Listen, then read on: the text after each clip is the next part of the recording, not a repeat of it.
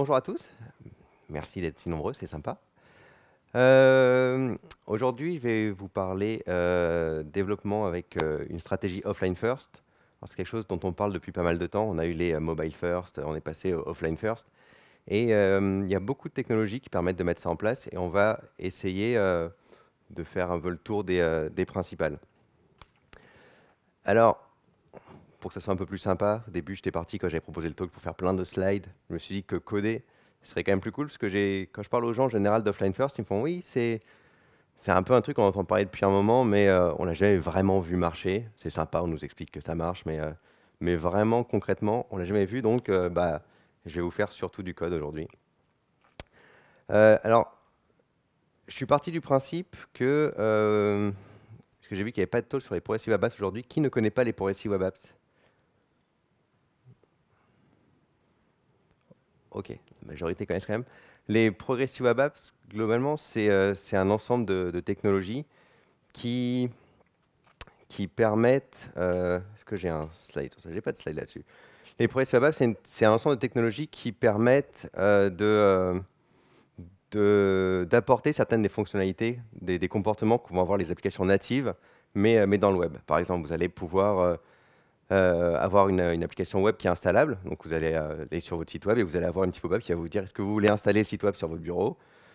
Donc voilà, ça va être une meilleure expérience utilisateur. Pareil, on va avoir des caches d'assets, etc. Et les Progressive Web Apps sont majoritairement basés sur une technologie qui s'appelle le Service Worker, qui est en fait juste un simple JavaScript qui tourne dans un thread séparé dans le navigateur et qui tourne tout le temps. Vous fermez votre Chrome, il tourne tout le temps. C'est juste que quand vous allez sur votre site web, il est activé. Et un de ses avantages, c'est qu'il va pouvoir intercepter toutes les requêtes que vous faites sur le réseau.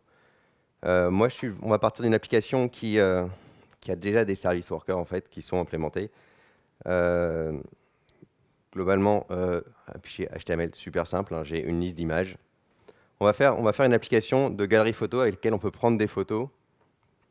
Et là, on va essayer de faire en sorte que justement... Plus gros là aussi? Ouais, mais c'est le côté... Est-ce que je peux faire plus gros sur les DevTools? Ouais, c'est tout qui passe plus gros. Bon. De toute façon, on va être surtout dans le code et moi là-dedans, c'est vraiment pour l'aperçu. Je disais quoi? Donc on va vouloir prendre des photos et l'idée c'est même quand on n'a pas de réseau, les photos sont prises quand même, je peux me fermer mon Chrome et dès que j'ai du réseau, les photos vont être uploadées en ligne, etc. Alors, vite fait pour les progressive parce que c'est vraiment pas le sujet du talk. Il y a deux choses sympas. Il y a le manifest.json, c'est ce dont je parlais, c'est un fichier JSON pardon, dans lequel vous avez un short name, donc ça va être ce qui va être écrit sous l'icône de votre application sur votre téléphone. Vous avez les icônes, un tableau d'icônes. Pareil, votre browser va prendre celle qui est la plus adaptée en fonction de votre résolution. Vous pouvez spécifier, si vous voulez que ça s'affiche comme une application native, donc c'est-à-dire que vous n'allez pas avoir la barre de Chrome en haut quand vous allez la lancer en full screen si vous voulez faire des jeux, etc. Vous pouvez t'aimer, vous pouvez spécifier l'orientation si vous voulez. Voilà. Je vous invite à aller voir plus sur les Progressive Web Apps sur Internet. Et pareil, la deuxième chose qu'on a, c'est le Service Worker, c'est ce JavaScript dont je vous parlais qui tourne dans un thread différent et qui permet entre autres d'intercepter toutes les requêtes réseau. Alors là, c'est vraiment solide base.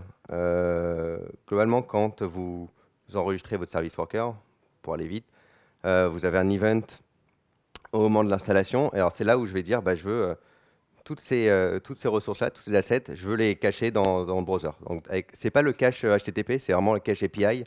C'est une API qui permet où on a plus la main dessus finalement, de cacher nos assets.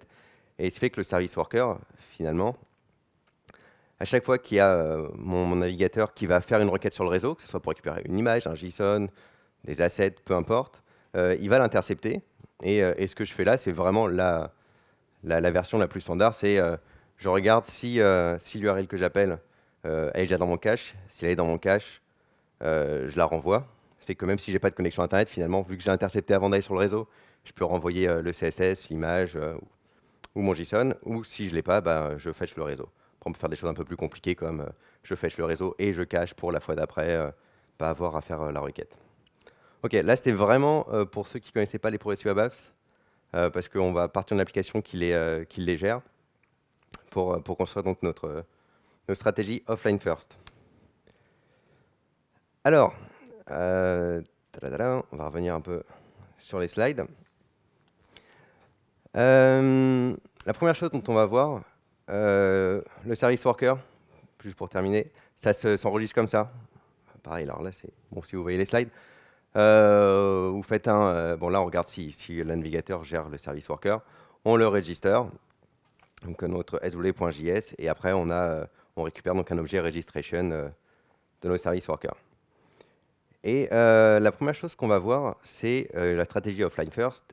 Une chose qui est importante, c'est savoir quand est-ce qu'on a du réseau ou pas. Alors, il y a des API dans le navigateur qui vous permettent de savoir, vous pouvez appeler, est-ce que j'ai du réseau ou pas. Ça marche. Après, ça vous dit juste si vous avez du réseau, ça ne vous dit pas si vous avez Internet. Et surtout, c'est à vous de faire l'appel. Alors, il y a une chose qui est sympa dans le service worker, c'est qu'on a des événements qui sont déclenchés s'il y a du réseau. C'est-à-dire que là, par exemple, une fois que j'ai mon service worker qui est enregistré, je peux register un event sync, auquel je passe juste un tag. Là, le post action, c'est un tag, et qui va dire, dès que tu as du réseau, ça peut être tout de suite si jamais je suis déjà connecté, ou plus tard, si jamais je récupère du réseau plus tard et j'étais hors ligne, eh ben, il va déclencher dans notre service worker. Donc là, ce qu'on a vu tout à l'heure, le self.event listener pour le install, pour le fetch, etc. Donc c'est au même endroit qu'on va mettre ça.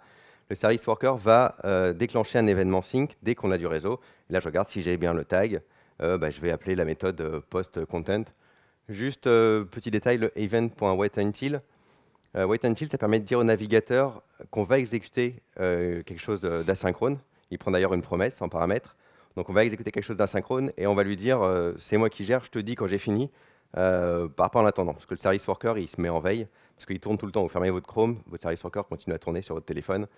Donc voilà, là c'est pour lui dire, le WaitUntil, je vais faire une tâche asynchrone, mais c'est moi qui te dis quand est-ce que j'ai fini. Ça évite de perdre notre service worker au passage. Ok, bon on va commencer. Alors la première chose là que je vous ai montré, qui était le fait de pouvoir savoir quand est-ce qu'on était en ligne, c'est à cet endroit-là qu'on va le faire. Donc hop, est-ce que j'ai mes notes à côté? Alors, on va faire un event listener sur le sync. Alors pareil, tout le monde est familier avec les arrow functions comme ça, la flèche, qui ne connaît pas. Ah. Globalement, c'est la même chose que si je fais ça. Hop, je fais mon event. Voilà, c'est juste que c'est une nouvelle syntaxe ECMA 2015. Je récupère directement l'event et on va écrire quelque chose dedans. Hop, voilà. Et en fait, donc cet événement-là va être trigger dès que j'ai du réseau. Et donc, si je vais, par exemple, dans mon script, alors là, je suis du côté du client. Le service worker, je vous ai dit, il tourne dans un thread séparé. Donc, en général, on déporte sa logique dans un autre fichier. Je ne suis pas passé sur le fichier de l'application de base. Alors, très globalement, j'ai mes boutons en haut, je récupère, c'est plus facile après pour gérer mon DOM. J'ai mon get user media, parce qu'on va prendre des photos. Donc, on va utiliser l'API du navigateur pour afficher la caméra.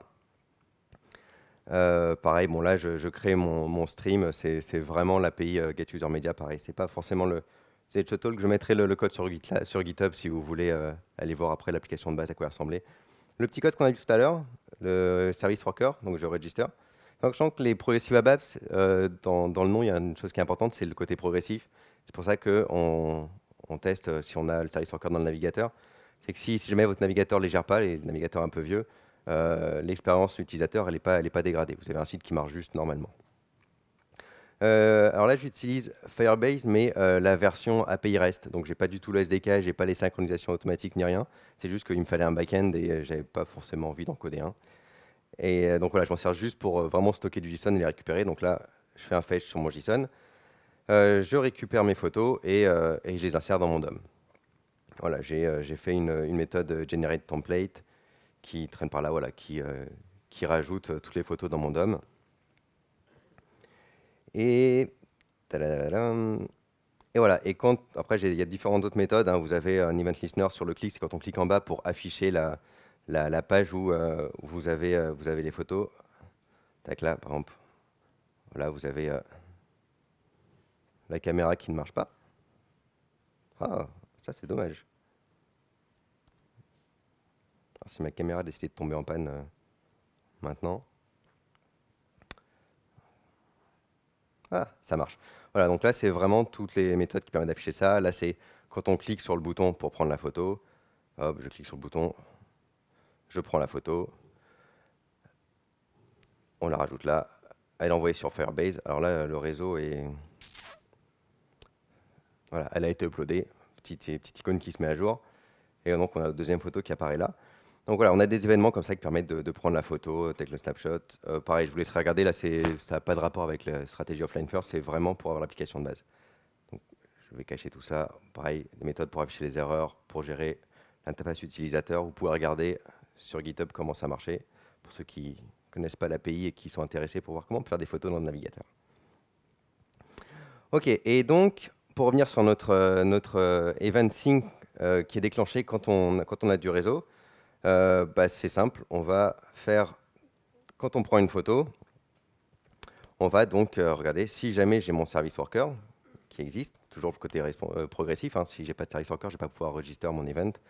Et là, on va donc register, tac, un event sync qu'on va appeler sync photo. Donc sur le sync. Et tac,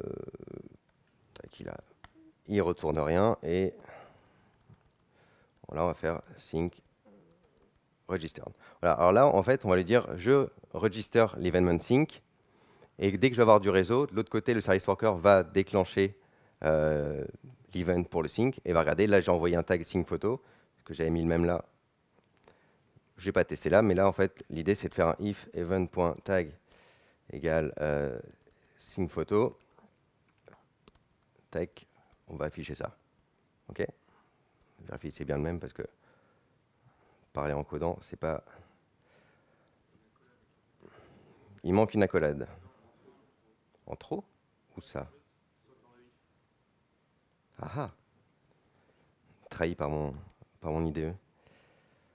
Voilà, alors, même chose, le service worker, on a vu que ça gérait le cache, etc. Alors, quand on est en prod, c'est pas un problème, mais alors quand on développe, on a faut unregister le cache, etc. Enfin, il y a tout un cycle de vie du service worker qui est assez compliqué, que je ne vais pas expliquer. Donc, moi, ce que je fais, c'est que je unregister et je recharge ma page. Donc, j'ai mon nouveau cache qui est mis, là, on voit en bas, et il efface l'ancien cache, et donc j'ai mes nouveaux CSS, JavaScript, etc. Sinon, il va les chercher dans le cache.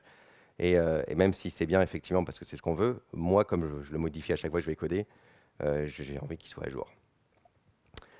Voilà. Et ce qu'on va faire, c'est pareil. Je vais prendre une photo. Hop. Et là, on voit que j'ai mon event sync qui est fired. Et d'ailleurs, j'ai pas là. Il n'a pas été registered pour une raison. Ah, il est en train de d'uploader la photo. Ça va pas le faire le réseau là. La 4G marche bien? OK. Bon, on va continuer avec le réseau qu'on a. Mais là, on a notre event donc, qui a été fired. Et si jamais je coupe mon réseau, ce qu'on veut, tac, je recharge. Bon là, je ne reçois pas forcément, je vais pas forcément gérer tous les caches d'erreurs, etc. Donc j'ai pas mes images. Vous voyez quand même, j'ai l'application qui se lance, tout le CSS, le JavaScript, etc. C'est le service worker qui l'intercepte et qui va quand même dire, t'as pas de réseau, mais ton application ressemble quand même à quelque chose. Même si j'ai pas les données, vous avez vu, j'ai pas les photos à l'intérieur, mais au moins tout ce que j'ai caché dans le tableau qu'on a vu au début, ça s'affiche. Donc là, je prends une photo et dès que je vais récupérer du réseau, est-ce que c'est long à se connecter ou pas? Normalement, j'ai mon event, voilà, qui est fired. Donc le service worker va vraiment déclencher, mise à jour Mac, va vraiment déclencher un event au moment où on récupère du réseau. Vous avez vu, hein, avant que je coupe le réseau, en fait, ça faisait automatiquement. Si j'ai pas de réseau, ça le fait une fois que j'ai du réseau. Alors, grâce à ça, on va pouvoir mettre en place une stratégie. Alors, qu'est-ce qu'on va faire? L'idée, c'est ça. On est là, on prend notre photo. Et qu'est-ce qui se passe? Dans notre client, on va vouloir toujours émettre cet event sync pour dire j'ai une photo qui est en attente, je veux que tu fasses quelque chose dès que tu as du réseau. Et on va vouloir sauvegarder cette photo quelque part. Donc là, on va avoir une base de données locale. Il y a plusieurs stratégies qui peuvent être mises en place. Là, j'ai décidé de partir sur une base de données en local. Et après, on veut que notre service worker, du coup, dès qu'il y a cet event sync qui est trigger, on veut qu'il aille chercher les photos dans la base de données et qu'il les upload sur Internet. Et comme je vous ai dit, en plus, l'avantage des service workers, c'est qu'ils tournent même quand votre page elle est fermée, votre navigateur même il est fermé. Vous prenez des photos, vous fermez tout, dès qu'il y a du réseau, il va quand même uploader. C'est magique. C'est vraiment un comportement qu'on veut au plus proche de l'application native qu'on a. Ok, j'ai toujours du mauvais côté. Alors, on va utiliser IndexDB. Il y en a qui ne connaissent pas IndexDB. IndexDB, c'est donc une API standard W3C qui est maintenant implémentée par tous les navigateurs, il me semble, et qui permet donc d'avoir une base de données en local embarquée, c'est un peu une base de données un peu NoSQL. Vous avez vraiment ces clés-valeurs. Donc, on stocke une clé et en valeur, on met en général un JSON. Et alors, IndexDB a une API qui est assez bâtarde, qui marche sur des events. Alors, il y a la nouvelle spécification qui arriveront, qui vont corriger tout ça, mais aujourd'hui, c'est un peu bâtard comme API. Du coup, on va utiliser IDB, qui est une surcouche d'IndexDB qui permet d'avoir une version IndexDB qui gère les promesses, qui est quand même beaucoup plus sympa quand on code en 2016, et qui a été fait par Jack Archibald. Donc voilà, on va utiliser ça. Juste pour vous dire, tout le reste, il n'y a vraiment aucun framework, aucune librairie qui sont utilisées. Il y a juste ce petit truc-là parce que bon, quand même, hein, les promesses, il faut s'y mettre. Alors, la première chose qu'on va faire, c'est ce tableau-là que je vous ai montré tout à l'heure, qui est donc notre service worker. On va lui dire, je veux en plus cacher ma bibliothèque pour que quand j'ai pas de réseau, vu que mon HTML il va la demander, je puisse quand même l'utiliser. Sinon, ça serait quand même ballot. Donc voilà, là je l'ai caché. Et après, dans mon script, alors pour ceux qui ne connaissent pas IndexDB, IndexDB, on va commencer par ouvrir notre base. Donc on va faire un db promise égale qu'on va appeler offline db, c'est bien ça. On lui donne une version, parce que vu que c'est une base de données en local, si jamais vous déployez une nouvelle version de votre site et que votre schéma a changé, soit votre site ne marche plus, soit vous décidez d'effacer la base de données en local de la personne pour remplacer par la nouvelle, c'est pas forcément tip-top. Donc vous mettez en place des stratégies d'upgrade de DB. Donc vous pouvez gérer différentes versions et qui vont faire en sorte que vos utilisateurs, quand ils viennent et qu'il y a une nouvelle version de votre site qui a été déployée, se retrouvent pas avec une base de données qui ne marche pas avec le front, par exemple, et vous puissiez, et pareil, que vous ne leur imposiez pas de tout effacer.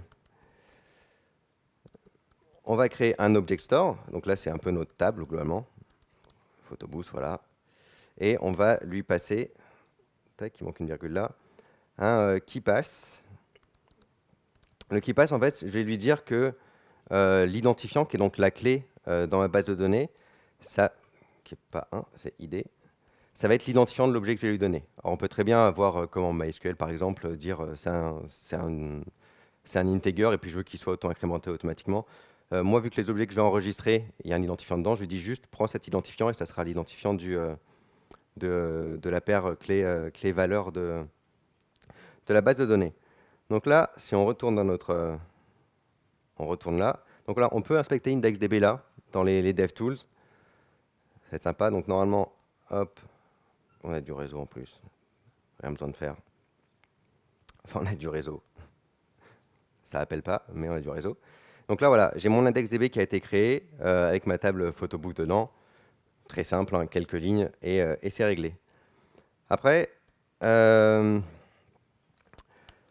qu'on va faire? Alors, on va vouloir, quand on crée une photo, du coup, on va vouloir la mettre dans notre base de données. Donc, on a notre méthode addPhoto, là. Alors, tout ça, là, l'ajout, comme on l'a vu sur le petit schéma, on veut que ce soit le service worker qui après le fasse. Donc on ne veut plus que notre client upload lui-même les photos. On veut par contre qu'il rajoute les photos dans la base de données. Alors IndexDB, ça marche comme ça. On a notre dbPromise, qui est donc l'objet qu'on a créé en ouvrant la base, et sur laquelle on a une promesse qu'on peut utiliser. Dans notre add photo, on avait notre objet photo, que j'ai montré tout à l'heure, qui était créé, donc qu'on va réutiliser. Et alors là, IndexDB, on va créer une transaction. Alors on refactorisera ce code après parce que c'est toujours le même. En read-write, sachant que si vous mettez rien en deuxième paramètre, par défaut, c'est juste en lecture que vous ouvrez votre base de données. On va avoir un store, qu'on est obligé d'avoir un object store aussi. Là, c'est vraiment de la syntaxe IDB qu'il faut connaître, ou alors vous faites vos wrappers, vos fonctions qui vont permettre de faire ça. Et on a juste à faire, hop, je veux rajouter donc dans ma base de données ma photo. OK? Et on va prendre le truc qui existait déjà là. On va la rajouter dans l'interface une fois qu'elle est store. Et on va register donc notre événement, toujours pour notre service worker. OK? Est-ce que là, ça va? Vous avez compris? J'ai ma base de données dans le add photo, plutôt que d'envoyer la photo sur Internet, je la rajoute dans la base de données. Donc là, je crée une transaction, un object store, et juste je fais un put dessus. Et après, c'est toujours la même chose, je register mon event. OK. Comment ça va se traduire de ce côté-là? On va récupérer mes nouvelles assets. Pas pourquoi j'ai mon Firebase qui a décidé que le réseau ne marcherait plus jamais. Pas cool pour la suite. Hop, on va prendre une photo. Vous allez voir beaucoup de photos de moi aujourd'hui en fait. Et si on va dans notre base de données, donc là j'ai ma photo qui a été rajoutée. Donc l'identifiant c'est juste le timestamp tout de suite, hein. Je ne me suis pas embêté. Et on a notre objet à droite. Donc voilà, là j'ai stocké vraiment en local dans ma base de données ma photo. Ça va? Super. Alors, le truc première problématique qu'on peut avoir, c'est si je rafraîchis ma page, bah, ça va vraiment pas être cool si j'ai plus de réseau du tout. On va mettre sur le 2. Là, j'ai pas mes photos de ma base de données qui s'affichent. Donc la première chose qu'on va vouloir faire, c'est dire, c'est sympa d'avoir pris des photos, mais si j'ai quand j'ai du réseau, que celle de Firebase qui arrive, qui s'affiche, je perds quand même une partie de mes informations. Donc voilà, ce qu'on va vouloir faire, c'est, on va dire, au début, tac, tac, tac, quand je lance mon application, je veux afficher les photos qui sont dans ma base de données, pas uniquement celles qui viennent de Firebase. Alors pareil, j'ai toujours ma promesse là-dessus, et là je peux récupérer toutes mes photos. Alors, on va faire une fonction pour ça, parce que on va essayer de découper un peu le code, avec un nom bien explicite, mais bien long à taper, c'est super pour un code lab. Et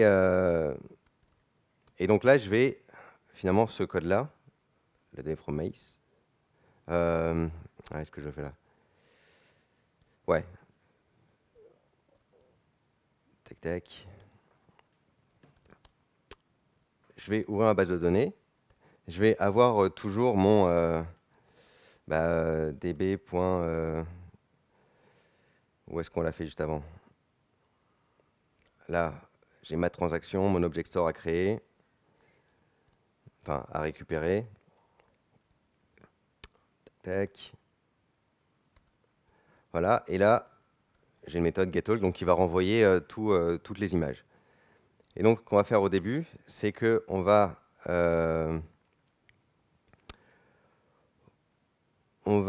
comment on va faire ça? On va récupérer toutes nos photos en fait. On va faire ça comme ça. On refactorisera le code après. Donc ça renvoie une promesse, hein, notre return transaction getAll. Et là, on va faire la même chose que tout à l'heure. On va donc boucler sur toutes nos photos. Tac. Sauf que là, on est directement dans un tableau. Parce que Firebase ne renvoie pas un tableau. C'est pour ça que j'avais un truc un peu bâtard, le object.values. Firebase renvoie une liste d'objets. C'est pas ce qu'il y a de plus facile à lire, mais et du coup, on est obligé de faire ça. Pareil, j'ai deux listes dans mon HTML pour différencier les deux. J'ai une liste des images qui viennent de Firebase et une liste des images qui viennent de ma base de données. Et le deuxième paramètre que je passe à GenerateTemplate, dans le code, ça permet juste, vous avez vu, là, il y a une petite icône sous la photo qui dit si c'est un petit nuage qui est barré ou pas. Ça permet juste de dire si la photo a déjà été uploadée ou pas. Alors, si elle est dans notre base de données locale, c'est qu'elle n'a pas été. Si elle vient de Firebase, c'est qu'elle a été. C'est pour ça que là, on met un true. Là, on va mettre un false. OK. Tac. Pardon, service worker. Je rafraîchis.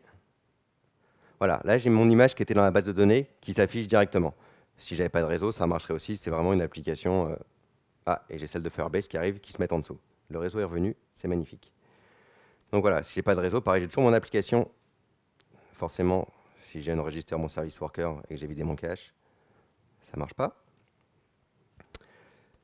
Mais, tac tac, donc sans tout effacer, je recharge ma page, j'ai mon application, j'ai la photo qui vient de l'index DB qui s'affiche. Bon, celles qui viennent, ça monte ça. Celles qui viennent de Firebase, elles ne s'affichent pas. Si on a le temps, on fera la stratégie après pour aussi avoir ces photos-là en cache. OK.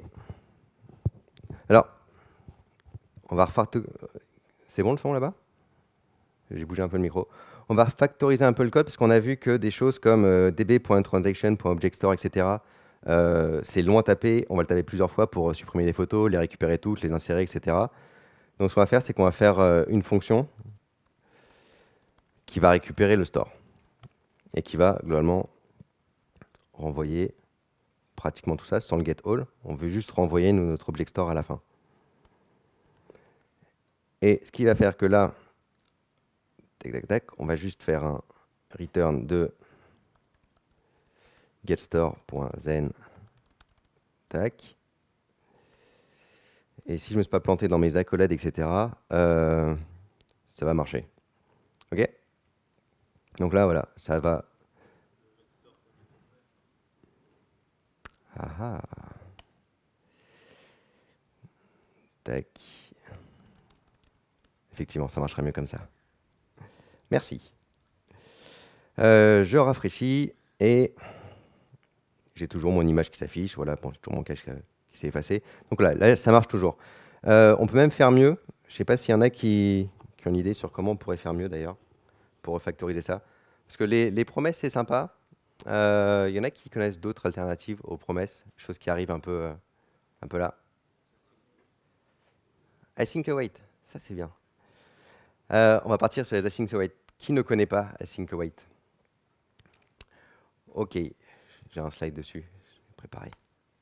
Async await, globalement, c'est une façon de faire des promesses, mais en ayant un peu les avantages, en tout cas au niveau de l'apparence du code et l'écriture d'un code qui est synchrone.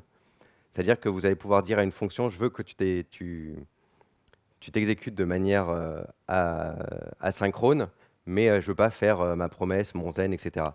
Globalement, comment ça se traduit? Si vous avez une fonction comme ça, getFirstUser par exemple, qui va vous retourner, bon, on imagine qu'il y a une fonction getUser, ce qui vous renvoie tout, qui va vous renvoyer le premier utilisateur, et si vous voulez récupérer l'utilisateur et l'afficher, vous devez faire ça.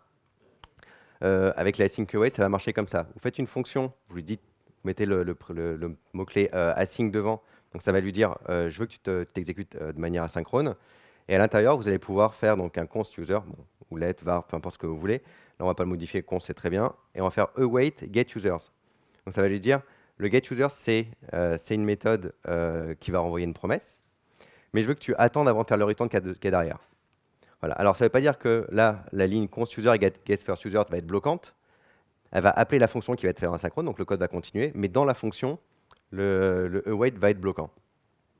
On se permet d'avoir des choses quand même on peut faire enchaîner des promesses comme ça et pas avoir un code avec des n dans tous les sens. C'est pas très pratique. Alors, c'est en draft pour ECMA 2016, 2017, je ne sais plus. Ça marche déjà dans Chrome et dans Firefox, donc vous pouvez déjà jouer avec.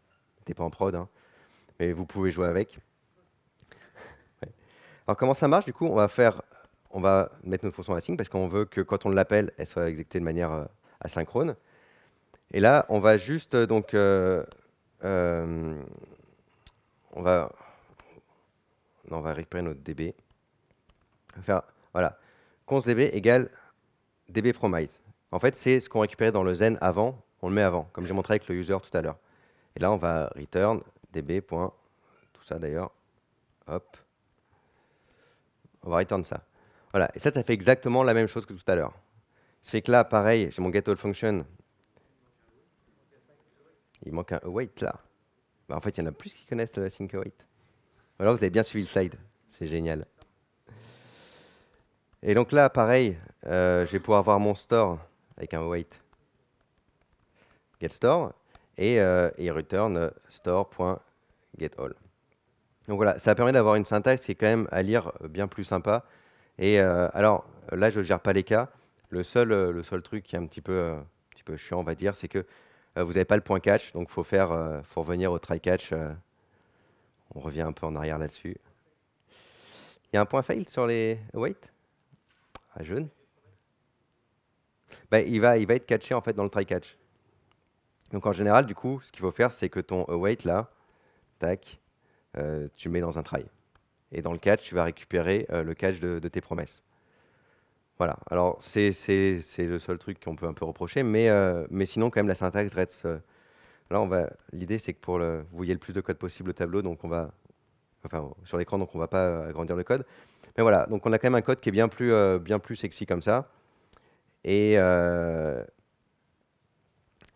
voilà. Tac, là, on peut même faire. Est-ce que je vais faire ça? Si. Non, on va rester comme ça pour ça. On n'a pas trop le temps. Ok. Après, donc là, on a stocké nos photos, on les affiche. Si on revient sur notre petit schéma, là, j'ai plus mon schéma. Donc là, on a nos photos en base de données, on trigger l'event sync. Donc maintenant, ce qu'on va vouloir faire, c'est que notre service worker de l'autre côté, une fois qu'on a du réseau, il aille chercher les photos en base de données et on les upload sur Internet. Ok, on est bon jusque-là? Ça va? Super. Donc là, le de photo, tac, tac, tac, tac, tac. Là, pareil, hein, on peut refactoriser. Hein. On va faire un store égale await getStore. C'est quand même plus joli. Qu'on peut utiliser. Et alors, pareil, là, c'est une fonction anonyme. Hein. Pour utiliser un await, il faut que ce soit dans une fonction qui est le préfixe async. Donc, on va juste mettre le async devant. Et là, normalement, j'ai touché beaucoup de code d'un seul coup là. Mais ça marche toujours. C'est magique. J'ai failli transpirer. Voilà, alors on va retourner dans notre service worker vu que c'est la deuxième partie. Pareil, je vous ai dit au début, on utilise IDB plutôt que IndexDB, l'API standard.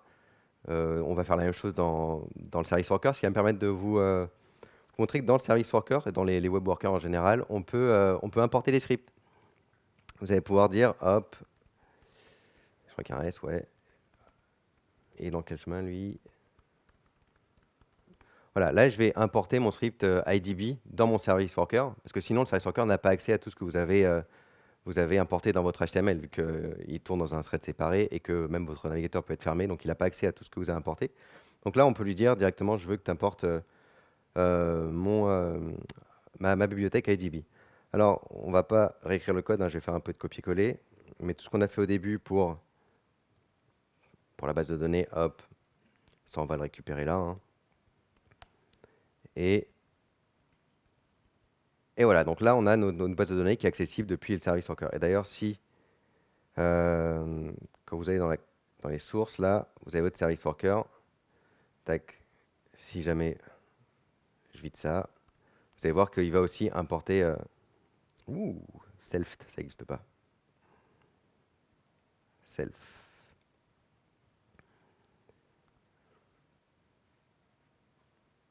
Tac, tac, on retourne dans les sources. Là, il a aussi importé le IDB, donc il tourne vraiment avec le service worker. Alors, hop, on retourne là. On est dans notre event qui est trigger. Qu'est-ce qu'on va faire? On va lui dire, upload-moi les photos. Donc, la même chose que j'ai fait tout à l'heure, en haut. Là, quand on fait le wait until, je vous explique tout à l'heure, ça veut dire, je prends une promesse en paramètre et je vais faire quelque chose d'asynchrone, ça le dit au browser, mais je veux que tu attendes avant de me renvoyer dormir parce que je veux par exemple tout cacher, ou là je veux avoir fini d'envoyer les photos avant de m'arrêter. Donc on va faire un event.until et puis on va écrire une méthode upload photo, voilà, qui va renvoyer donc une promesse. on va coder notre méthode, hein, upload photo. Et upload photo. Alors là, upload photo, on va récupérer nos photos. Alors pareil là, je ne vais pas réécrire le code, mais je vais reprendre hop, le getStore et getAllPhoto. Alors ce que vous pouvez faire, moi l'idée c'est que pour pouvoir faire une démonstration, j'ai pas 14 fichiers, mais vous pouvez très bien mettre toute cette logique de connexion à la base de données, de récupération des photos dans un fichier JS séparé et l'importer juste du côté client et du côté service worker. C'est juste que là, on reste sur deux fichiers, donc on n'a pas à se soucier de ça. Et donc là, je vais faire un await, donc get all photo from DB. Donc comme je fais un await, il faut que ça soit async. Et donc là, je vais avoir récupéré toutes mes photos. Et donc ce qu'on peut faire, on va faire un... On va les envoyer directement. On va écrire beaucoup de code d'un coup et on verra si ça marche ou s'il faut qu'on débug un peu. Et ce qu'on va faire, c'est qu'on va faire, on va appeler une méthode upload photo qu'on va écrire aussi. À la fin de... Ah ah, magnifique, merci. C'est super. Vous m'évitez du débugage. Et on va faire une autre fonction donc, qui va être pareil, qui va être async, qui va donc, elle, uploader une photo, qui va prendre une photo en paramètre. Alors, dis donc. Ouais. Donc là, pareil, hop, on veut que ça soit bloquant, on va uploader notre photo. Et là, dans le upload photo, on va reprendre le code qu'on avait tout à l'heure, qui était le code qu'on avait tout au début. Je ne sais pas si vous vous souvenez, qui va donc envoyer une photo sur Internet. Là. Voilà. Non, c'est pas du tout ça que je voulais faire. Tac, tac, tac, tac, parce qu'il y a du mal. Hop, alors là, ouais, on va faire même un truc un peu mieux. Le fetch, pareil, il envoie une promesse, donc on peut faire un away fetch comme ça. Et on récupère. Et donc c'est bloquant. Ok, est-ce que là, ce que j'ai écrit, ça vous paraît, ce que j'ai copié-collé du code de l'autre. Donc je récupère mon store, je récupère mes photos toujours, pour aller dans l'ordre. Notre event sync, il est trigger. Donc je sais que j'ai du réseau. J'appelle upload photo. Upload photo, il va récupérer toutes les photos dans la base de données. Il va boucler dessus. Alors on pourrait très bien faire un promise all et uploader toutes les photos en parallèle. Là, vu que le réseau il n'est pas tip top, on va les uploader une par une, comme ça on les verra au fur et à mesure. Si on va attendre longtemps pour qu'elles soient tous en même temps. Là Là Non, alors les fonctions qui sont async, de base, elles renvoient une promesse. Tu n'es pas obligé de faire un return dedans. Tu peux le faire, là j'en ai fait un, mais c'est pas obligatoire. Donc voilà, là on boucle sur nos photos et on va uploader chacune des photos. On va faire ça après. Je ne vais pas écrire non plus trop de code d'un coup, sinon ça va forcément planter. Voilà, alors là, hop, on va voir ce qui se passe. Mais effectivement, si on ne les supprime pas, on va vite arriver avec des photos qui sont uploadées en double, en triple, etc. Alors, je suis dans Chrome Canary. Je ne sais pas si vous utilisez ça, mais petit problème, c'est qu'on doit recharger DevTools pour qu'il enlève les service workers qui sont delete. Ok, j'ai ma photo. Tac. On va en prendre une deuxième même. Comme ça, on va voir qu'il y a deux photos qui sont envoyées. Salut. Et on va récupérer notre réseau. Voilà. Eventing fired. Et donc là, normalement, hop, première photo qui vient d'arriver. La deuxième va arriver aussi. Je ne sais plus combien on en avait au départ. Si on en avait deux, si les deux sont déjà arrivés ou pas. En plus, là, j'ai que le flash du départ. Mais on a au moins une des deux qui est arrivée, et même peut-être celle-là, genre 12. Celle qu'on a dû prendre tout à l'heure, effectivement. Ok, donc nos deux photos là, elles viennent d'être uploadées. Donc on a vu qu'une fois que j'ai du réseau, le service worker prend le reste en charge. Et effectivement, ce que tu as dit tout à l'heure, c'est pas faux. Le problème, c'est que si là, je reprends une photo, tac, vous allez vraiment avoir beaucoup de photos de moi. Ce qui va se passer, c'est que du côté de Firebase, je vais réuploader les 3 photos. Parce qu'il va reprendre les photos qui sont dans mon IndexDB. Donc maintenant, il y en a 3. Et je vais me retrouver avec un réseau qui rame beaucoup. Mon event a bien été fired. Soit il est bien en train de les envoyer. Vous me faites confiance, hein, il est en train de les envoyer. J'ai mon console log qui me dit qu'il a fired l'event. Mais effectivement, on va se retrouver avec nos photos qui sont envoyées plusieurs fois. Donc, ce qu'on va vouloir faire, c'est les supprimer. Ah.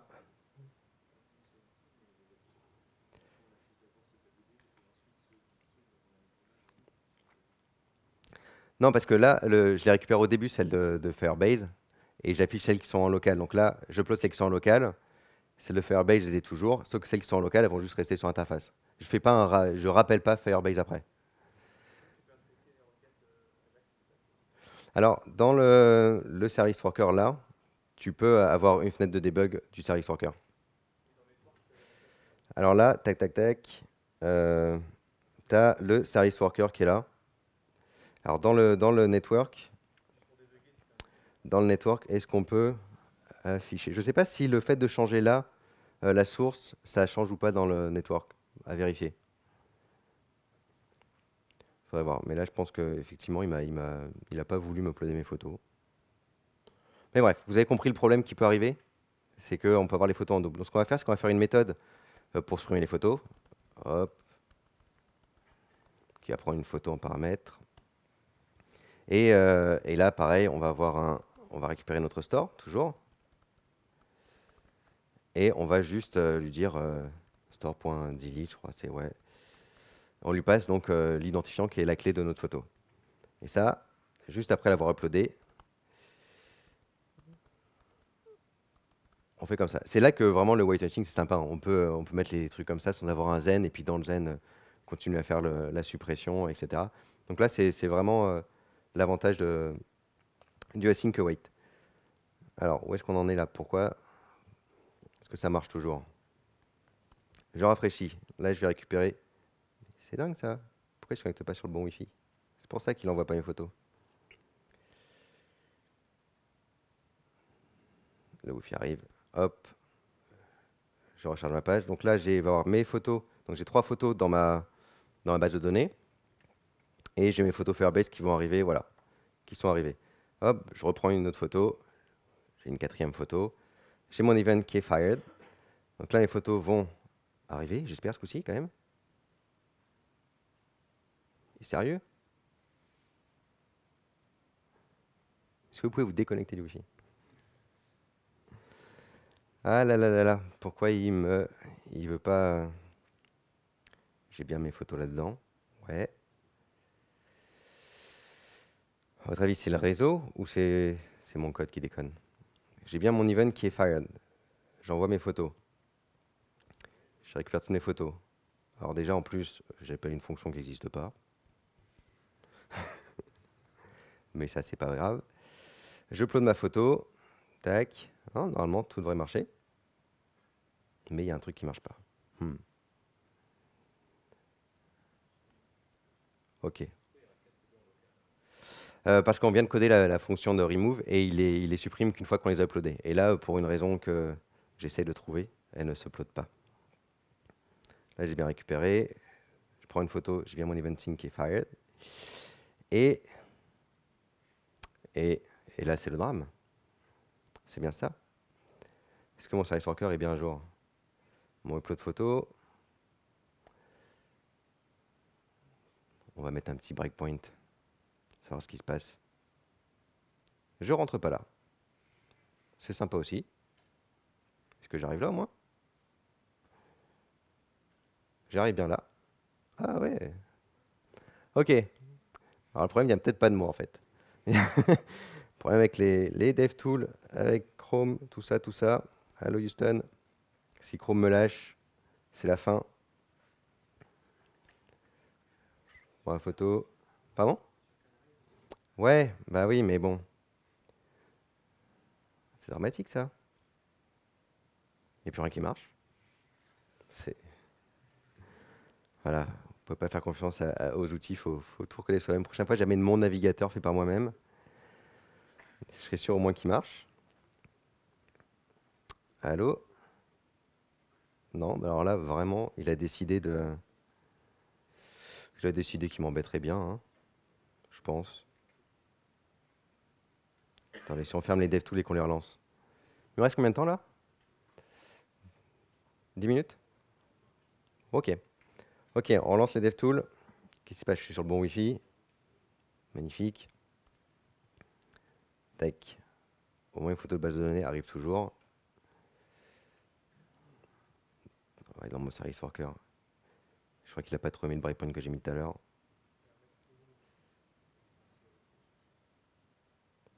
Ok, non, alors là, ça va vraiment pas le faire du tout, les gars.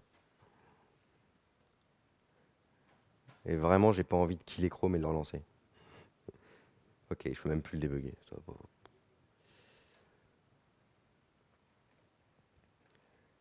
Ok, est-ce que je peux aller le voir là? Si j'enlève mon breakpoint, peut-être qu'il n'aime pas mon breakpoint?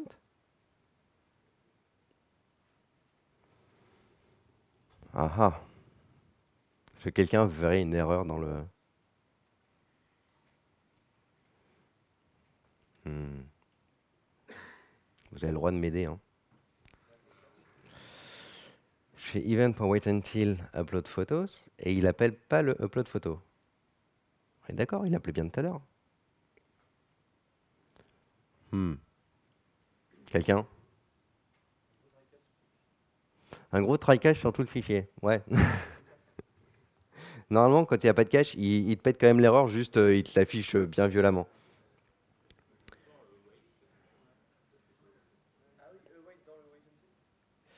Normalement, non. Le waitUntil prend une promesse. Alors attendez. J'arrive bien là-dedans. J'ai bien mes wait partout, mes assign partout. Vous savez quoi, il y a un truc sympa dans les service workers, c'est que je peux déclencher directement un sync. Qui ne marche plus non plus. J'adore.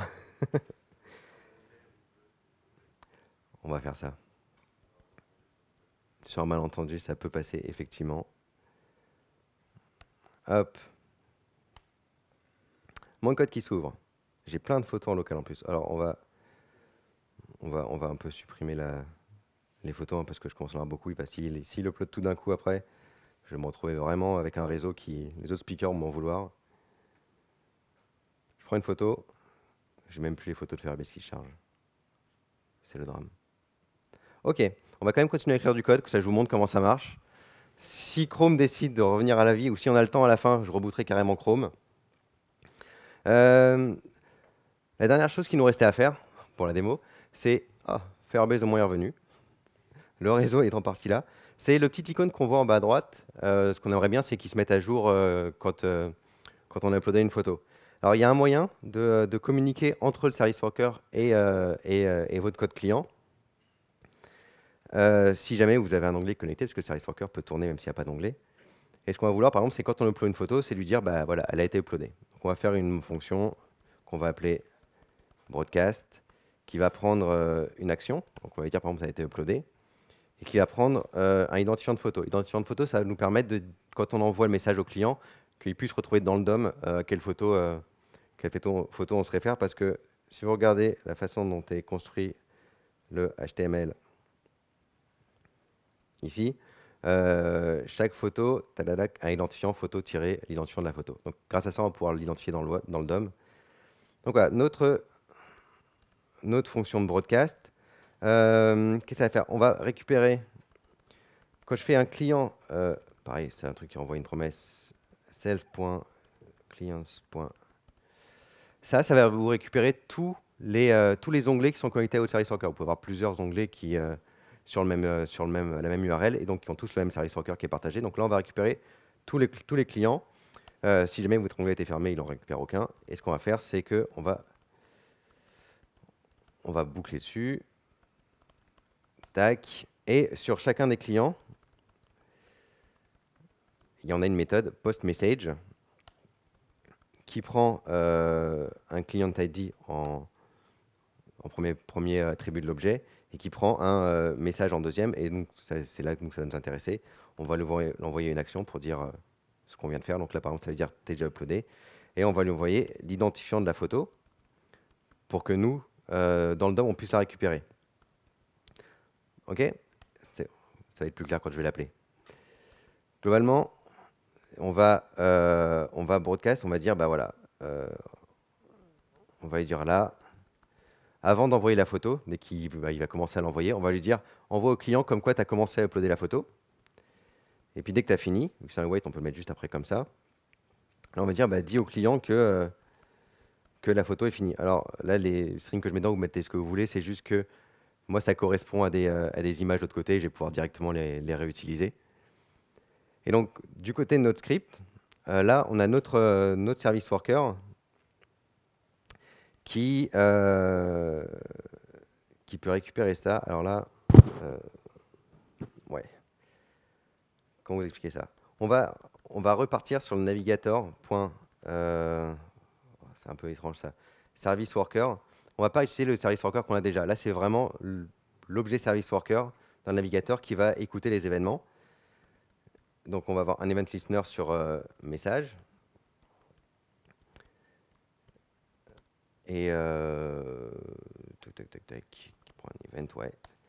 Et donc là, voilà, ça va être déclenché dès qu'on a notre service worker qui envoie un message avec la méthode post-message qu'on a vu juste avant. Donc là, on va récupérer notre message qui est dans event. Je crois que c'est dans data.message, c'est bien ça. Et on va l'afficher. Alors, ce qu'on fait dans... on va le faire à la main. Comme ça, vous voyez, query selector, on va récupérer donc la photo qui a l'identifiant de la photo qu'on a envoyée. Alors la classe, c'est, je ne la connais pas par cœur, material icône. Et là, on fait un text content égale, on a non message.action. Est-ce que vous comprenez ce que je viens de faire là? Là, j'envoie un message dans lequel il y a l'action et l'identifiant de la photo.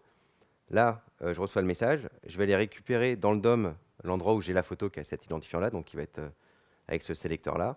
Et dans le text content, parce qu'en fait, le nom de l'image, c'est comme ça que ça marche, matériel, c'est vraiment le texte qu'il y a dans la balise. Bah, je vais lui mettre l'action que je suis en train de faire.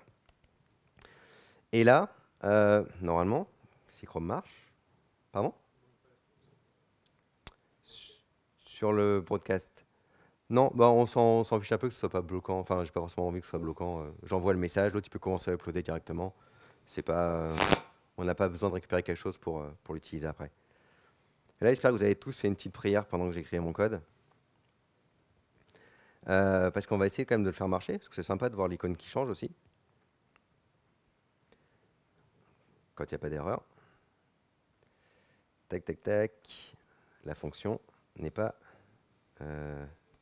ouais, la fonction n'est pas async.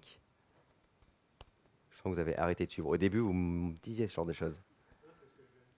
Ah, c'était pour là. D'accord, je crois que c'était pour le broadcast à cet endroit-là. Oui, là, la fonction effectivement doit être async vu qu'on utilise le wait dedans. Merci au moins de suivre encore. Ok, qu'est-ce qu'on a là? Donc là, le réseau a l'air d'être un peu plus réactif déjà. Je vais reprendre une photo. Hop, j'ai mon event qui est fired et il décide de toujours pas envoyer. Alors, on va essayer de faire un petit truc. On va voir au moins si le message arrive.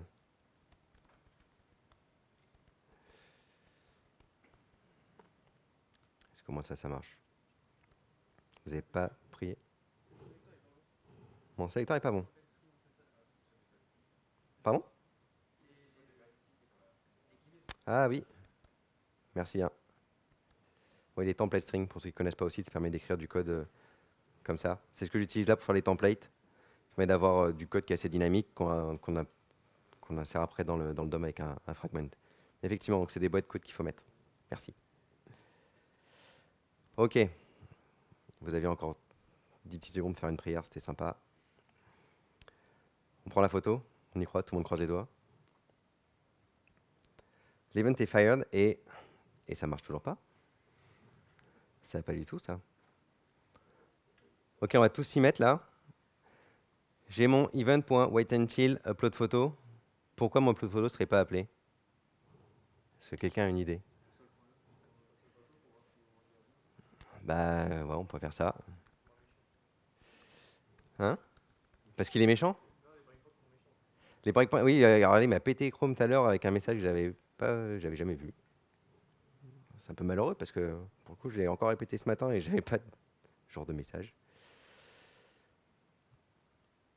Il rentre même pas dans upload photo. Attendez. J'ai mes anti-sèches. Vous savez quoi? On va l'appeler event photo.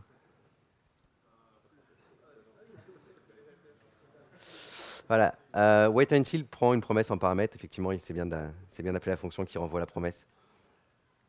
Donc j'ai mes photos de Firebase qui arrivent derrière. Dans Firebase, j'ai mes 3 images. Et du coup, c'est plein, on va avoir plein de photos qui vont s'uploader d'un coup. Hop, j'appelle upload photo. Elles sont où? Ah bah oui, normalement j'ai des breakpoints qui arrivent. Et tac, tac, tac, tac, tac. Où est-ce qu'elles sont? Elles se uploadent toujours pas en fait. Non. Alors, il serait où le problème maintenant? Elles s'uploadent. Ok. Mais elles se mettent pas à jour. On va pas assez vider le cache, je pense. Ok, j'ai plus que 2 photos dans la base de données. Hop, je récupère celle de Firebase. On est sûr qu'on a bien tout le cache là. Super. On la refait, dernière fois. En plus, j'ai plus beaucoup de temps. Je prends une photo. Tac, ça l'envoie. Voilà, petite icône d'envoi de la photo. Il est en train de l'uploader. Donc là, on a reçu le premier message. Backup. Le deuxième va arriver dès que le réseau aura décidé qu'il aura fini d'envoyer l'image. J'ai un point d'arrêt. Pourquoi j'ai un point d'arrêt? Il n'y a pas de point d'arrêt. C'est Chrome. Bon, là, il a fait. Donc, vous voyez les icônes. Donc, ça, on peut le voir en plus en direct. Les icônes qui se mettent à jour. Là, on envoie. Il faut vraiment que j'arrête de faire des démos sous Canary. Voilà. Et les icônes se mettent à jour au fur et à mesure que les images sont envoyées. Et en plus, elles sont supprimées de notre base de données au fur et à mesure. Il y en a encore une qui, voilà, qui se fait et qui vient d'être finie. Donc voilà, on a fait pratiquement le tour. La dernière chose, pareil, il y aura le code complet sur GitHub qu'on n'a pas fait, c'est les images de base de Firebase. On pourrait les stocker aussi dans la base de données. Même quand on n'a pas de réseau, il n'y a pas que l'interface qui s'affiche, mais on a aussi les anciennes de Firebase qu'on avait récupérées avant. Même si elles ne sont pas à jour, on peut avoir une stratégie, on dit on récupère celles de Firebase, on les cache, et en parallèle, je vais récupérer sur le réseau et je change l'interface. Un peu comme les applications de news que vous avez. Quand vous les rouvrez, vous avez les anciennes news, et en parallèle, en background, il se met à jour et récupère les nouvelles. Voilà, c'est la dernière chose, c'est la seule chose qu'on n'a pas faite. Mais sinon, vous avez pu voir comment, grâce au Service Worker, à IndexDB et surtout aux Event Sync qui viennent d'arriver dans les Service Workers, on peut avoir une stratégie offline first assez poussée et même communiquer entre nos clients, nos Service Workers qu'on vient de le faire et avoir donc une application. Vous prenez des photos, vous n'avez pas de réseau, vous avez du réseau, ça se met à jour tout seul, c'est génial. Voilà. Est-ce que vous avez des questions? Ouais. Alors, si ton navigateur ne gère pas les progressive web apps, c'est... Pardon?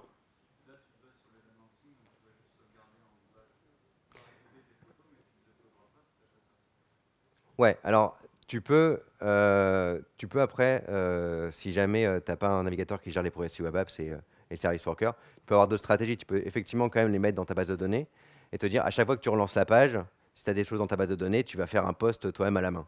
Alors c'est pas aussi élégant, mais tu peux quand même le stocker après. Si tu veux vraiment pas du tout avoir de gestion offline, tu peux très bien à chaque fois regarder si tu gères le service worker, tu mets dans la base de données ou non. Mais tu peux avoir à l'ancienne, hein, dès que tu lances la page, tu vérifies, j'ai des choses dans la base de données, je fais un post à la main. Mais ouais, c'est côté progressif, c'est le fait de dire si j'ai pas les service workers, mon application marche encore. Et c'est un peu pareil pour le manifest.json. Ça marche comme ça dans l'application. Vous insérez. Si votre navigateur ne gère pas, juste il va ignorer la ligne. Et c'est vraiment le côté progressif des progressive web apps. Mais il y a d'autres stratégies. Un peu comme tu fais du pooling si tu n'as pas de socket. Enfin, tout ce qui est un peu moderne, il y a toujours on arrive toujours à le faire avant, mais avec d'autres stratégies. Oui.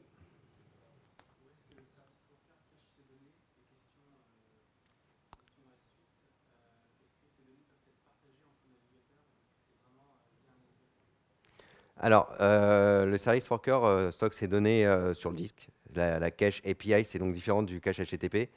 Ça dépend des navigateurs, mais globalement, je crois qu'on peut atteindre la moitié du disque dur. Enfin, si je me trompe pas, c'est genre plus ou moins 50% de votre disque dur, donc vous pouvez stocker énormément de choses dedans. C'est pas le cas pour IndexDB. Pareil, ça dépend d'un navigateur, mais c'est beaucoup plus restreint. Quand c'est du JSON, ça va. Vous pouvez en mettre beaucoup, mais c'est entre 5 et 20 mégas, ça dépend des navigateurs. Donc, il stocke ça sur le disque. La deuxième question, c'est est-ce qu'on peut partager entre les navigateurs? Pas à ma connaissance. Alors, c'est relié à un domaine. Je suis pas sûr qu'on puisse partager entre navigateurs. J'ai pas testé pour être franc. Donc à voir. Mais vu que l'implémentation dépend du navigateur, je dirais que Chrome va les stocker là où il veut et les autres aussi. Si quelqu'un connaît la réponse, pour être sûr, mais je pense pas. C'est pas des tests qu'on fait, ça. Mais effectivement, après, c'est des technologies qui sont assez récentes, donc j'ai pas encore vu de projet en prod dessus, donc j'ai pas eu l'occasion de voir toutes ces problématiques qui sont effectivement plus quand tu as un client en face. On est... Ok. Si vous avez des questions, de le temps que je range mon laptop ou que je sorte, n'hésitez pas.